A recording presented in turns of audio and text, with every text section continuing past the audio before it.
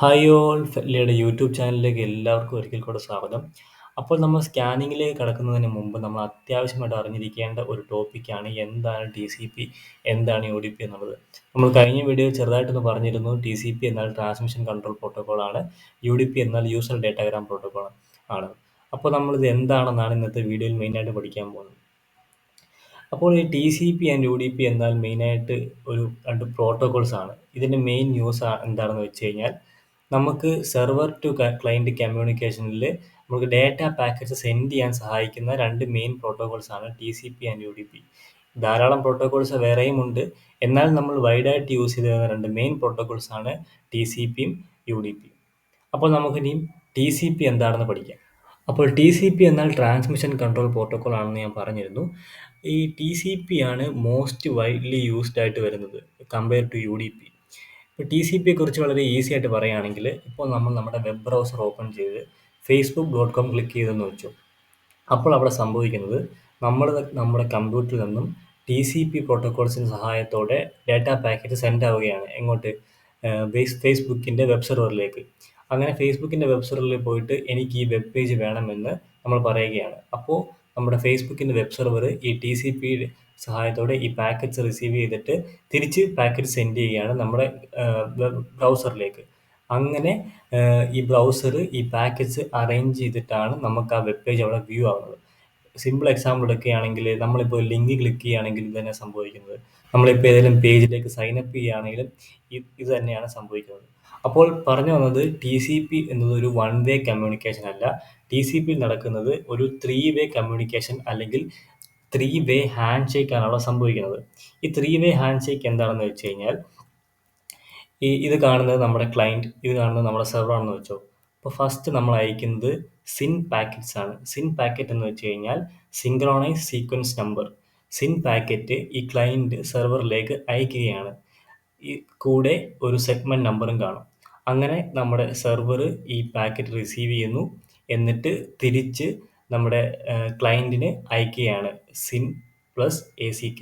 ACK means acknowledgement. അതായത് എനിക്ക് ഈ പാക്കറ്റ് റിസീവ് ആയി എന്ന് പറഞ്ഞ് ഒരു അക്നോളജ്മെൻറ്റ് തിരിച്ച് ക്ലയൻറ്റിന് അയക്കുകയാണ്. ഓക്കെ, ക്ലയൻറ്റ് അത് റിസീവ് ചെയ്ത ഉടനെ തിരിച്ചും ഒരു അക്നോളജ്മെൻറ്റ് അയക്കുകയാണ്. ഓക്കെ, അങ്ങനെയാണ് ഇവിടെ ഒരു 3 വേ ഹാൻഡ് ഷേക്ക്, അതായത് ഒരു 3 വേ കമ്മ്യൂണിക്കേഷൻ നടക്കുകയാണ് TCPയിൽ. അതുകൊണ്ട് തന്നെ TCP നമുക്ക് റിലയബിൾ കമ്മ്യൂണിക്കേഷൻ പ്രോട്ടോകോൾ എന്ന് വിളിക്കാം. അപ്പോൾ റിലയബിൾ എന്ന് വിളിക്കുന്നതിൻ്റെ കാരണം എന്ന് വെച്ച് കഴിഞ്ഞാൽ, ഇത് റിലയബിൾ കമ്മ്യൂണിക്കേഷൻ നടക്കുന്നത്. ഇപ്പോൾ ഇവിടെ ഈ പാക്കറ്റ് നമ്മൾ സെർവറിലേക്ക് അയക്കുമ്പോൾ ഇവിടെ നമുക്കൊരു അക്നോളജ്മെൻറ്റ് തിരിച്ച് പോയില്ല എങ്കിൽ ഇതേ പാക്കറ്റ് ഈ ക്ലയൻറ്റ് അയച്ചുകൊണ്ടേയിരിക്കും ഒരു അക്നോളജ്മെൻറ്റ് കിട്ടുന്നത് വരെ. അതുകൊണ്ട് തന്നെ നമുക്ക് ഒരു ഡാറ്റയും TCP കമ്മ്യൂണിക്കേഷനിൽ ലോസ് ആവുന്നില്ല. ഇപ്പോൾ ഞാൻ പറഞ്ഞിരുന്നു, അത് തന്നെയാണ് നടക്കുന്നത് ഇവിടെ. നമ്മളിപ്പോൾ ഒരു എക്സാമ്പിൾ എടുക്കുകയാണെങ്കിൽ, നമ്മളൊരു ഫയൽ ഡൗൺലോഡ് ചെയ്തെന്ന് വെച്ചോ. അതെന്തുകൊണ്ടാണ് നമുക്ക് ആ ഫയൽ എക്സിക്യൂട്ട് ചെയ്യാൻ സാധിക്കുന്നത്?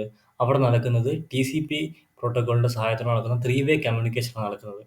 അതുകൊണ്ട് ആ 3 വേ കമ്മ്യൂണിക്കേഷൻ ആയതുകൊണ്ടാണ് എല്ലാ ഫയൽസും കറക്റ്റായിട്ട് തന്നെ ഡൗൺലോഡ് ആവുന്നത്. അപ്പോൾ നമ്മൾ TCP എന്താണെന്ന് പഠിച്ചു. ഇനി UDP എന്താണെന്ന് നോക്കാം. UDP എന്നാൽ യൂസർ ഡാറ്റാഗ്രാം പ്രോട്ടോകോൾ ആണ്. TCPയെ പോലെ തന്നെയാണ്. പക്ഷേ TCPയുടെ കേസിൽ എങ്ങനെയായിരുന്നു? നമ്മൾ ക്ലയൻറ്റിൽ നിന്നൊരു ഡാറ്റ പാക്കറ്റ് അയച്ചാൽ അത് സെർവറിൽ നിന്ന് ഒരു അക്നോളജ്മെൻറ്റ് വരാതെ അടുത്ത പാക്കറ്റ് സെൻഡ് ആവില്ല എന്നായിരുന്നു TCPയിൽ, അല്ലേ? പക്ഷേ UDP വരുമ്പോൾ അങ്ങനെയല്ല.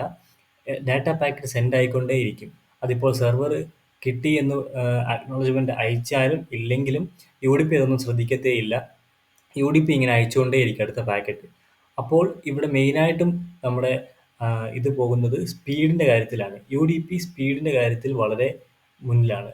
TCP എന്നാൽ സ്പീഡിൻ്റെ കാര്യത്തിൽ അത്രയും മുന്നിലല്ല. TCP കുറച്ച് സ്ലോ ആണ്. കാരണം TCP ഓരോ പാക്കറ്റ് അയച്ചതിന് ശേഷം അടുത്ത അക്നോളജ്മെൻറ്റ് കിട്ടിയതിന് ശേഷം മാത്രമേ TCP അടുത്ത പാക്കറ്റ് അയക്കുകയുള്ളൂ. പക്ഷേ UDP അങ്ങനെയല്ല, പാക്കറ്റുകൾ പുറകെ അയച്ചുകൊണ്ടേയിരിക്കും. അതുകൊണ്ട് തന്നെ സ്വാഭാവികമായിട്ടും UDP എന്നത് നല്ല ഫാസ്റ്റാണ്, TCP സ്ലോയുമാണ്. അതേപോലെ നമ്മളിപ്പോൾ TCP യൂസ് ചെയ്യുന്നത് വെബ് പേജും കാര്യങ്ങളും ലോഡാക്കാനും വേണ്ടിയാണ്. പക്ഷേ UDPയിലേക്ക് വരുമ്പോൾ UDP മെയിനായിട്ട് നമ്മൾ യൂസ് ചെയ്യുന്നത് ലൈവ് സ്ട്രീമിങ്, ഓൺലൈൻ ഗെയിമും കാര്യങ്ങൾക്കും വേണ്ടിയാണ് UDP അയക്കുന്നത്. അപ്പോൾ നമുക്ക് ലൈവായിട്ടെല്ലാം കിട്ടണമെങ്കിൽ TCP യൂസ് ചെയ്യാൻ സാധിക്കില്ല. അവിടെ നമുക്ക് വേണ്ടത് UDP തന്നെയാണ്. കാരണം നമുക്ക് അവിടെ ഒരു ഫാസ്റ്റർ കമ്മ്യൂണിക്കേഷനാണ് വേണ്ടത്. അതുകൊണ്ട് UDP ആണ് നമ്മളെ ലൈവ് ബ്രോഡ്കാസ്റ്റിനും കാര്യങ്ങൾക്കും സഹായിക്കുന്നത്. അപ്പോൾ ഞാൻ പറഞ്ഞിരുന്നു UDP നമ്മളൊരു പാക്കറ്റ് അയക്കുമ്പോൾ അത് അവിടെ എത്തിയോ ഇല്ലയോ എന്നുള്ള കാര്യത്തിൽ കൺസേൺ ആവുകയില്ല. അടുത്ത പാക്കറ്റ് അയച്ചുകൊണ്ടേയിരിക്കും. ഇപ്പോൾ ഒരു വഴിക്ക് ഒരു ഡാറ്റ പാക്കറ്റ് അങ്ങ് എത്തിയില്ല, ലോസ് ആയി പോയെങ്കിലും, ഒരു എറർ അടിച്ച് പോയെങ്കിലും UDP അത് ശ്രദ്ധിക്കുകയില്ല. അടുത്ത പാക്കറ്റ് അയച്ചുകൊണ്ടേയിരിക്കും. അപ്പോൾ ഇതാണ് TCP ആൻഡ് UDP എന്ന് പറയുന്നത്. ഇപ്പോൾ നിങ്ങൾക്ക് ഇതിനെക്കുറിച്ച് ഐഡിയ ഉണ്ടെങ്കിൽ തന്നെ ഈ വീഡിയോ കാണുന്നതിലൂടെ നിങ്ങൾക്ക് ഒന്നുകൂടെ റിഫ്രഷ്മെന്റ് കിട്ടും TCP ആൻഡ് UDPയെ കുറിച്ച്. നമുക്കിനി വരുന്ന വീഡിയോകളിലൊക്കെ ഈ ഒരു ടോപ്പിക്ക് വളരെ അത്യാവശ്യമായിരിക്കും. അപ്പോൾ ഇന്നത്തെ വീഡിയോ നമ്മൾ പഠിച്ചത് TCP എന്താണ്, UDP എന്താണെന്ന് ആണ്. അപ്പോൾ ഇനി വരുന്ന വീഡിയോകളിലൊക്കെ തന്നെ വളരെ ഇമ്പോർട്ടൻസ് ഉള്ള ഒരു ടോപ്പിക്കാണ് TCP ആൻഡ് UDP എന്നുള്ളത്. അപ്പോൾ ഇതാണ് ഇന്നത്തെ വീഡിയോ. വീഡിയോ എല്ലാവർക്കും ഇഷ്ടപ്പെട്ടു എന്ന് കരുതുന്നു. നിങ്ങൾക്ക് എന്തെങ്കിലും സംശയമോ കാര്യങ്ങളോ ഉണ്ടെങ്കിൽ നമ്മുടെ കമൻറ്റ് ബോക്സ് അല്ലെങ്കിൽ നമ്മുടെ വാട്സാപ്പ് ഗ്രൂപ്പിൽ ചോദിക്കാം. അപ്പോൾ നിങ്ങളുടെ ഫ്രണ്ട്സിന് ആർക്കെങ്കിലും എത്തിക്കൽ ഹാക്കിംഗ് പഠിക്കണമെന്ന് ആഗ്രഹമുണ്ടെങ്കിൽ അവർക്ക് നമ്മുടെ ചാനൽ സജസ്റ്റ് ചെയ്യുക. നമ്മുടെ വീഡിയോസ് എല്ലാം ഷെയർ ചെയ്യുക. ഓക്കെ, അപ്പോൾ നമ്മളിനി വരുന്ന വീഡിയോകളിൽ സ്കാനിങ്ങിനെ കുറിച്ച് കുറച്ചൊരു അഡ്വാൻസ് ആയി പഠിക്കുന്നതായിരിക്കും. അപ്പോൾ ഇനി വരുന്ന വീഡിയോയിൽ കാണാം. Thank you. ബൈ.